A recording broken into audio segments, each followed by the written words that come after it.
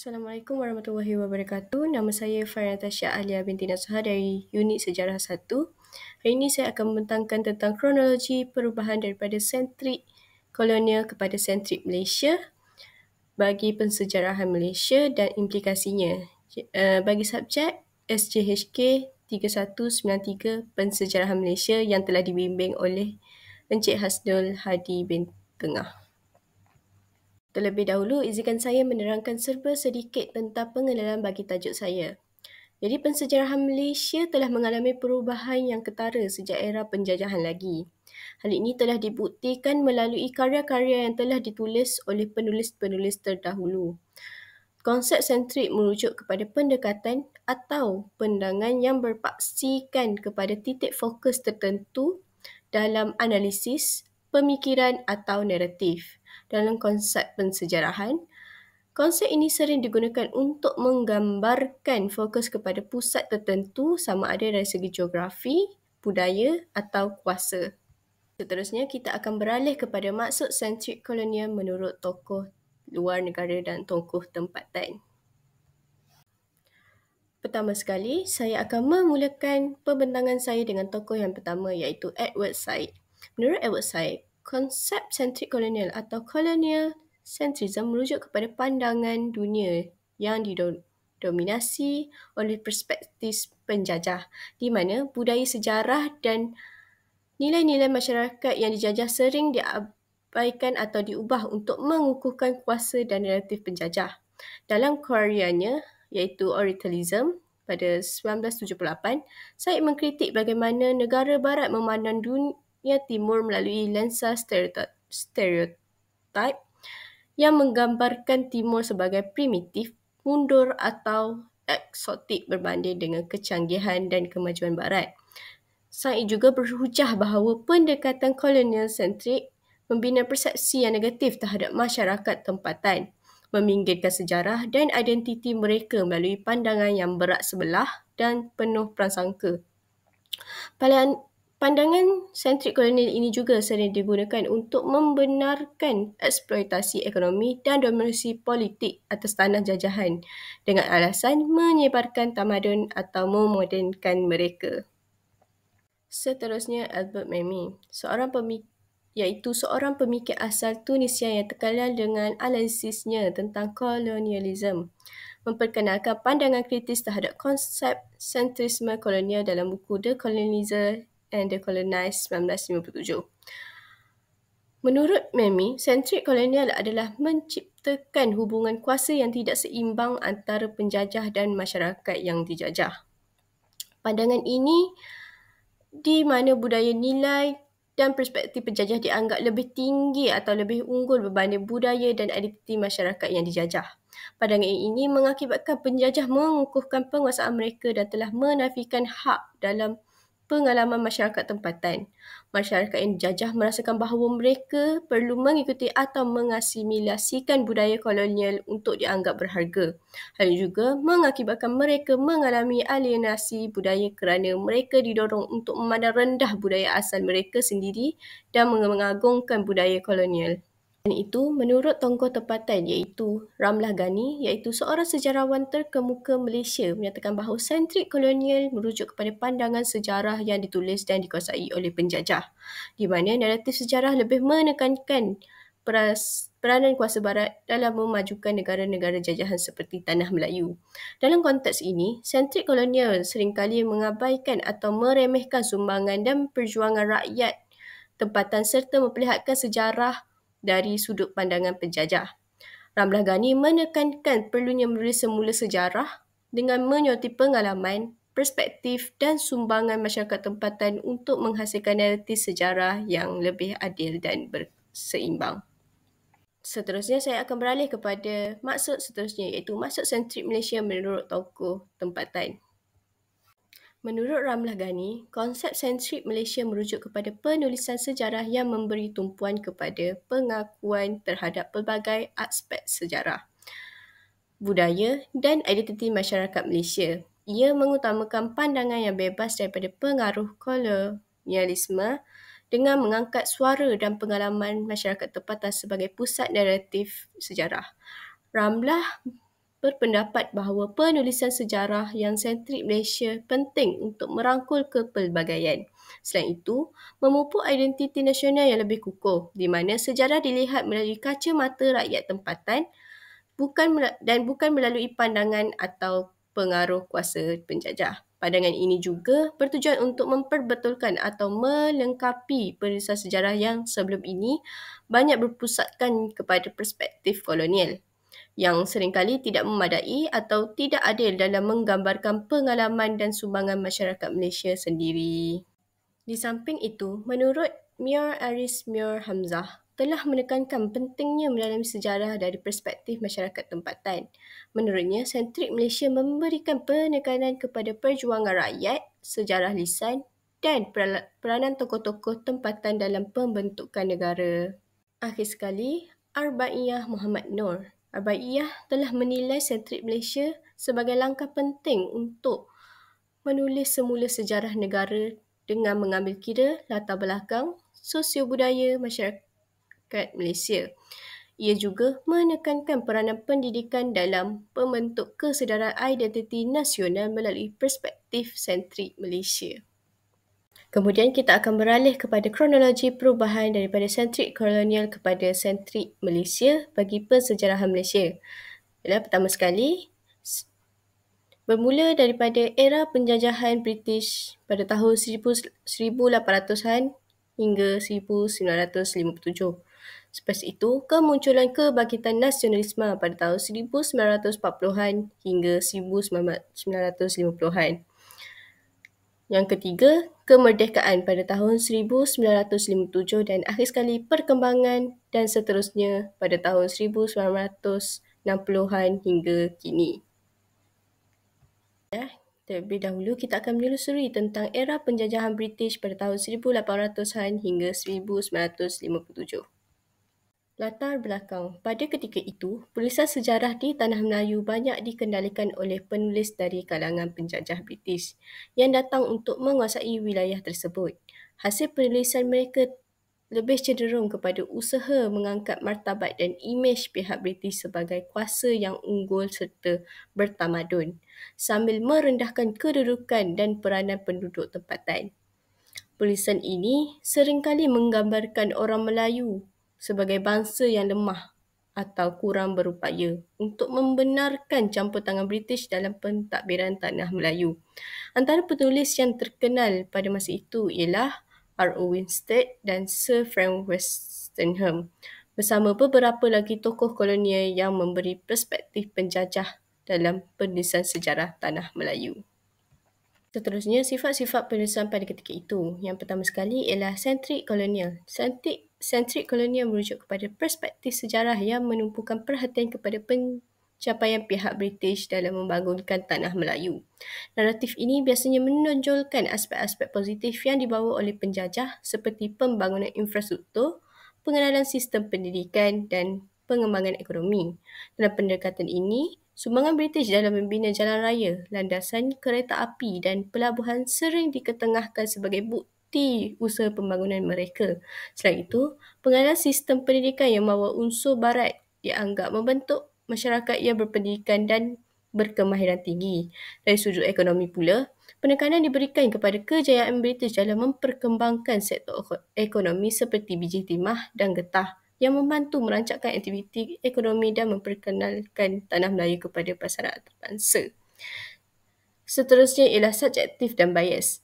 Penulisan sejarah yang bersifat kolonial sering kali cenderung subjektif dan dipengaruhi oleh pandangan penjajah, di mana fakta atau peristiwa dipilih dan diinterpretasikan mengikut kepentingan mereka. Penjajah biasanya menekankan aspek-aspek tertentu yang dapat menyokong dan memperkuat pandangan mereka tersendiri, sementara mengabaikan dan meminimumkan aspek yang kurang selari dengan naratif mereka. Pendekatan ini membawa kepada penulisan sejarah yang tidak seimbang dan bias, di mana suara dan pengalaman masyarakat tempatan tidak diberi perhatian dan diberi perhatian yang setimpal. Dan ini boleh menyebabkan salah tafsir terhadap realiti sejarah yang sebenar. Yang ketiga ialah mengabaikan sejarah tempatan. Sejarah yang bersifat kolonial sentrik seringkali mengabaikan dan merendahkan perjuangan serta pengalaman masyarakat tempatan dalam naratif sejarah. Penulis sejarah ini cenderung lebih tertumpu kepada aspek politik dan ekonomi penjajah dengan mengutamakan peranan dan kepentingan kuasa kolonial sambil mengesampingkan sumbangan dan pandangan masyarakat pribumi. Pendekatan ini menyebabkan pengabaian terhadap nilai-nilai tempatan dan identiti masyarakat serta mengurangkan kepentingan peranan tempatan dalam membentuk sejarah tanah air. Yang keempat ialah penekanan kepada ekonomi dan infrastruktur. Penekanan kepada ekonomi dan infrastruktur dalam konsep sentrik kolonial melibatkan fokus terhadap pencapaian ekonomi dan pembangunan infrastruktur yang telah dibawa oleh pihak British semasa penjajahan. Ini termasuk kemajuan dalam industri biji timah dan getah yang bukan sahaja menyumbang kepada pertumbuhan ekonomi tanah Melayu tetapi juga menarik kemasukan buruh dari luar negara untuk menyokong industri-industri ini. Dan akhir sekali ialah pengabaikan sejarah tempatan. Pengabaikan sejarah tempatan adalah satu sifat yang sering ditunjukkan oleh penjajah di mana mereka cenderung untuk membahagikan masyarakat mengikut etnik dan menggunakan stereotip untuk menggambarkan kelompok tertentu. Tindakan ini bukan sahaja menafikan naratif dan pengalaman sejarah yang kaya dari masyarakat tempatan, tapi juga memperkukuhkan perpecahan sosial dari kalangan etnik yang berbeza. Selanjutnya kita akan beralih kepada bukti penulisan pensejarahan Malaysia. Yang pertama ialah naratif kolonial dalam penulisan sejarah. Sejarawan British seperti Sir Frank Whitehead menghasilkan karya yang lebih menekankan pencapaian British dalam mengubah tanah Melayu menjadi sebuah negara yang maju, seperti dalam karyanya The British Malaya. Seterusnya, penggambaran masyarakat tempatan. Penulis sejarah seringkali menggambarkan masyarakat tempatan sebagai primitif dan ketinggalan zaman, seperti dalam karya The Malayan Peoples oleh R.O. Winstead. Dan yang ketiga ialah fokus kepada ekonomi dan infrastruktur. Penulisan sejarah pada era ini menekankan perkembangan ekonomi dan infrastruktur yang dibawa oleh pihak British, seperti pengenalan sistem perladangan dan perlombongan, seperti di dalam karya The Economic History of Malaya oleh John M. Terusnya, kita akan beralih kepada kemunculan kebangkitan nasionalisme pada tahun 1940-an hingga 1950-an. Latar belakang. Pada ketika ini, penulis yang aktif dalam penulisan sejarah dan sastera di Malaysia terdiri daripada masyarakat tempatan yang berperanan penting dalam membentuk naratif sejarah negara. Kebangkitan semangat nasionalisme dalam kalangan masyarakat tempatan mula timbul mendorong mereka untuk mengambil alih penulisan sejarah yang selama ini didominasi oleh pandangan kolonial. Kesedaran tentang kepentingan menulis untuk memaparkan identiti dan pengalaman masyarakat tempatan mula muncul dan gaya penulisan yang digunakan lebih kepada memartabatkan tokoh-tokoh tempatan yang telah berjuang dan memberi sumbangan kepada masyarakat. Sebagai contoh, mereka telah menulis kebangkitan nasionalisme Tok Janggut dalam memperjuangkan negeri Pahang dalam menentang penjajahan. Dengan ini, penulisan sejarah tidak lagi dilihat sebagai sekadar catatan fakta tetapi sebagai usaha untuk menghargai dan mengangkat martabat warisan budaya serta perjuangan bangsa Melayu. Dan pada ketika ini, penulisan sejarah lebih kepada sentrik kolonial kepada sentrik Malaysia. Sifat-sifat penulisan pada ketika ini. Yang pertama ialah sifat inklusif. Sifat inklusif dalam konsep sentrik Malaysia memberikan penekanan kepada pentingnya perspektif rakyat tempatan dan penulisan serta pemahaman sejarah negara. Ini bermakna bahawa naratif sejarah tidak hanya dipandu oleh pandangan atau pengalaman kuasa penjajah, tetapi juga melibatkan suara dan sumbangan masyarakat tempatan yang berbeza latar belakang. Selain itu, sifat inklusif ini merangkul pelbagai etnik dan budaya yang wujud di Malaysia, mencerminkan kepelbagaian yang kaya dalam masyarakat dengan mengakui dan menghargai pelbagai etnik dan budaya. Pendekatan ini berusaha untuk membina satu naratif sejarah yang lebih holistik dan adil di mana setiap kelompok masyarakat merasa diiktiraf dan dihargai dalam penggambaran sejarah negara. Yang kedua, kritikan terhadap naratif kolonial. Sifat kritikal terhadap naratif kolonial dalam konteks sentrik Malaysia menunjukkan bahawa penulis mengambil pendekatan yang bersifat kritikal terhadap penjajahan British. Dalam penulisan mereka, penulis berusaha untuk menyingkirkan stigma negatif yang sering dilampirkan oleh penjajah terhadap masyarakat tempatan. Dengan menyoroti pengalaman perspektif dan sumbangan masyarakat Melayu yang sering terpinggir dalam naratif sejarah yang dikawal oleh kuasa penjajah.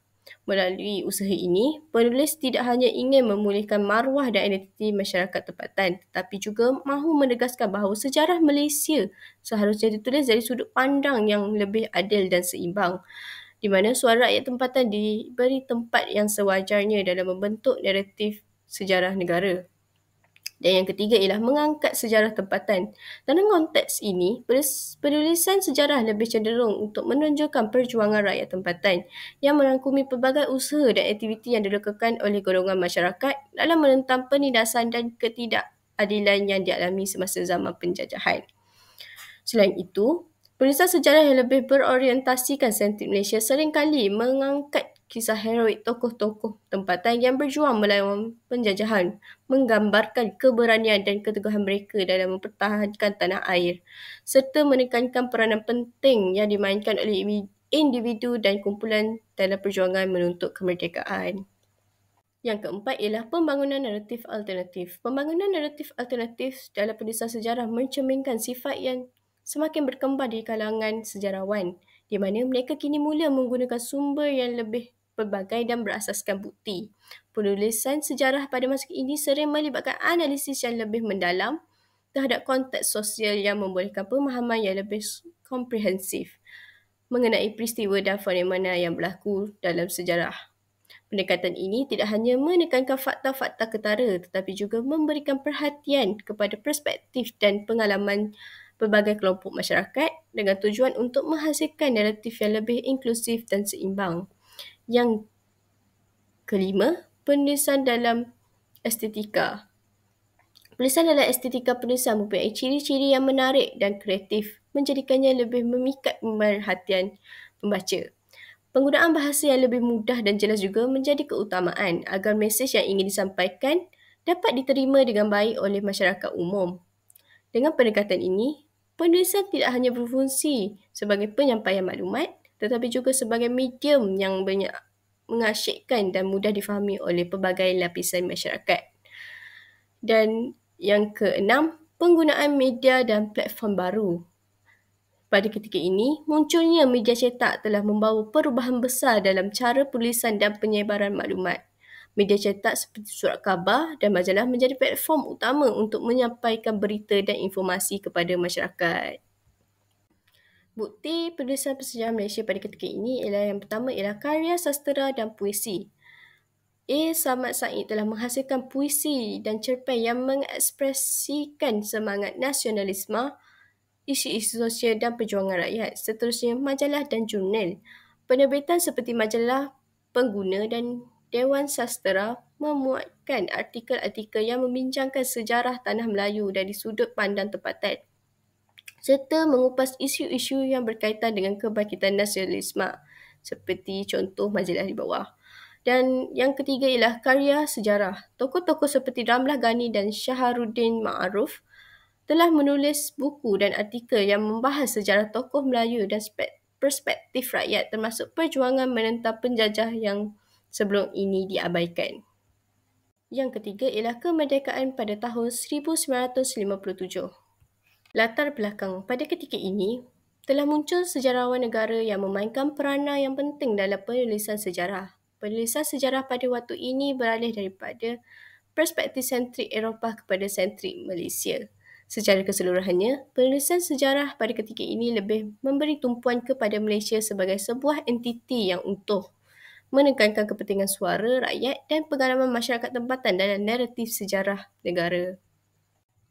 Sifat-sifat penulisan pada ketika ini ialah yang pertama ialah naratif tempatan.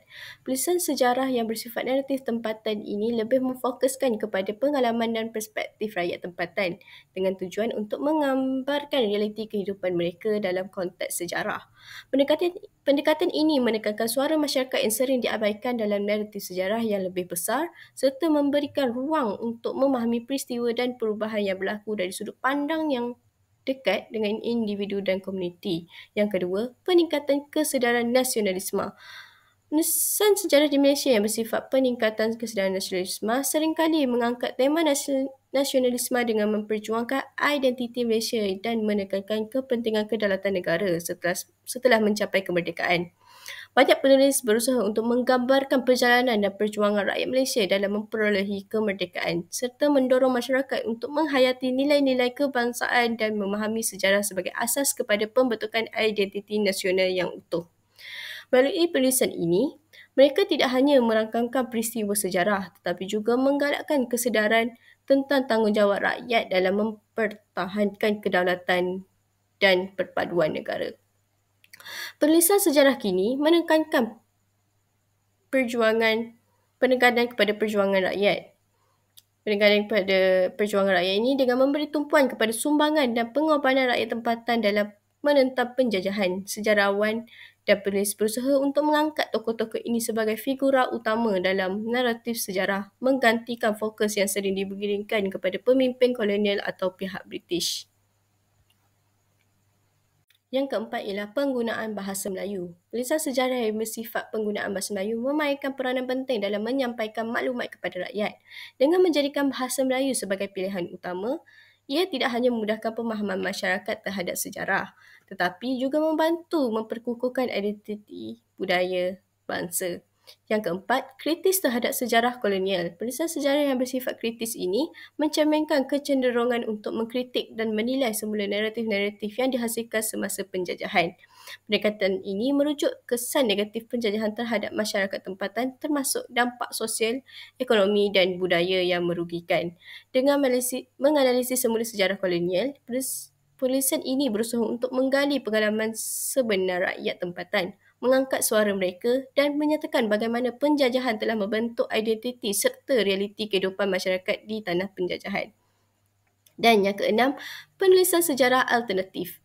Penulisan sejarah yang bersifat alternatif ini muncul sebagai satu pendekatan yang menawarkan perspektif baru terhadap sejarah dengan mengintegrasikan pandangan daripada pelbagai etnik dan latar belakang budaya di Malaysia. Pendekatan ini bertujuan untuk memberikan gambaran yang lebih komprehensif dan adil mengenai sejarah negara, di mana sumbangan dan pengalaman semua kelompok masyarakat diakui dan dihargai. Hal ini dapat dibuktikan melalui buku sejarah iaitu karya Malaya, The Making of a Nation. Buku ini memberi tumpuan kepada proses pembentukan negara dan identiti masyarakat nasional selepas kemerdekaan, menyoroti peranan pelbagai etnik dan perjuangan untuk kemerdekaan. Dan yang kedua, penulisan dalam jurnal dan majalah. Pada tahun 1957 dan seterusnya, banyak artikel dalam jurnal sejarah yang mula membincangkan isu kemerdekaan dan pelibatan pelbagai kaum dalam perjuangan untuk meraih kemerdekaan. Dan yang ketiga ialah dokumen sejarah. Melalui Perjanjian London 1956 telah menjadi bukti penting dalam proses kemerdekaan yang menunjukkan perundingan antara pemimpin Malaysia dengan pihak British. Akhir sekali kita akan beralih kepada perkembangan seterusnya iaitu daripada tahun 1960-an hingga kini. Latar belakang. Penulisan pada ketika ini berkonsepkan sejarah kebangsaan yang telah mendapat perhatian khusus daripada semua pihak terutamanya pihak kerajaan dan ahli akademik. Konsep penulisan lebih bercorak kepada sentrik Malaysia tanpa mengenepikan proses awal pensejarahan negara. Sifat-sifat penulisan yang pertama ialah inclusivity, iaitu penulisan sejarah mula mengambil kira pelbagai suara dan pengalaman, termasuk perspektif etnik minoriti, wanita dan golongan terpinggir. Seterusnya, penggunaan sumber tempatan. Terdapat penekanan yang lebih besar terhadap penggunaan sumber tempatan termasuk dokumen, catatan lisan dan kajian lapangan. Sebagai contoh, penemuan batu bersurat dan sebagainya. Dan yang ketiga, pendekatan interdisipliner, iaitu penulisan sejarah semakin menggunakan pendekatan interdisipliner, iaitu menggabungkan elemen dari sejarah, sosiologi, antropologi dan kajian budaya. Yang keempat ialah fokus kepada sejarah sosial dan ekonomi. Terdapat penggeseran dari penekanan kepada peristiwa politik semata-mata kepada fokus yang lebih luas terhadap sejarah sosial, ekonomi dan budaya. Hal ini dapat memberikan keseimbangan dan kefahaman yang lebih mendalam terhadap pensejarahan negara. Yang kelima, kritikan terhadap naratif tradisional. Penulisan sejarah pada era ini seringkali mencabar naratif tradisional yang dibentuk semasa penjajahan atau selepas kemerdekaan. Dan yang keenam, penggunaan teknologi dan media teknologi. Munculnya teknologi digital telah mengubah cara sejarah ditulis dan disebarkan. Sebagai contoh, pada waktu kini terdapat penulisan blog, artikel dan aplikasi-aplikasi yang dapat menyebarkan lagi tentang sejarah-sejarah di negara kita. Ini menyebabkan sejarah-sejarah di negara kita terus berkembang tanpa adanya batas-batasannya. Bukti sejarah pula ialah seperti karya sejarawan tempatan iaitu daripada A.M. Sharif dan Ramlah Ghani adalah contoh sejarawan yang telah menerbitkan banyak karya yang meneliti pelbagai aspek sejarah Malaysia termasuklah sejarah sosial dan ekonomi serta penekanan kepada naratif tempatan. Seterusnya, jurnal akademik.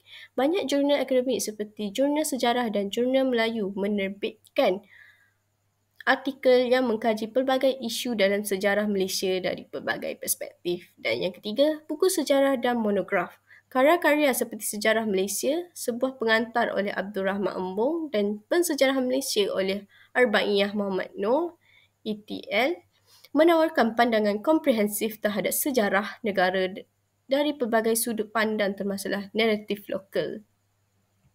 Jadi, saya dapat mengesan 4 implikasi yang terdapat dalam perubahan kronologi ini, iaitu yang pertama ialah pengiktirafan suara tempatan. Penulisan sejarah lebih memberi perhatian kepada pengalaman, perjuangan dan pandangan masyarakat tempatan dan membenarkan mereka untuk menjadi ejen dalam naratif sejarah. Yang seterusnya, ia dapat memulihkan identiti budaya. Hal ini kerana terdapat usaha untuk memulihkan dan mengekalkan identiti budaya yang terpinggil oleh naratif kolonial. Hal ini telah memberikan ruang kepada pelbagai etnik dan budaya dalam sejarah Malaysia. Yang ketiga ialah pendidikan sejarah yang lebih seimbang. Hal ini kerana kurikulum pendidikan sejarah yang lebih inklusif telah dibangunkan oleh pihak kerajaan. Hal ini telah membolehkan generasi baru memahami kepelbagaian dan kompleksiti sejarah Malaysia. Dan yang terakhir ialah kebangkitan kesedaran sejarah. Hal ini kerana masyarakat menjadi lebih peka dan kritis terhadap sejarah, mendorong penyelidikan dan seterusnya penulisan yang lebih mendalam mengenai sejarah tempatan dapat dibangkitkan. Akhir sekali, penutup bagi pembentangan saya ialah kesimpulannya mengenai perubahan daripada sentrik kolonial kepada sentrik Malaysia dalam pensejarahan menunjukkan transformasi penulisan sejarah dari perspektif penjajah kepada pengakuan suara masyarakat tempatan. Kebangkitan nasionalisme dan kemerdekaan memperlihatkan penekanan kepada identiti dan kepelbagaian, membina naratif sejarah yang lebih adil dan inklusif untuk Malaysia. Jadi, itu sahaja pembentangan saya kali ini. Sekian, terima kasih.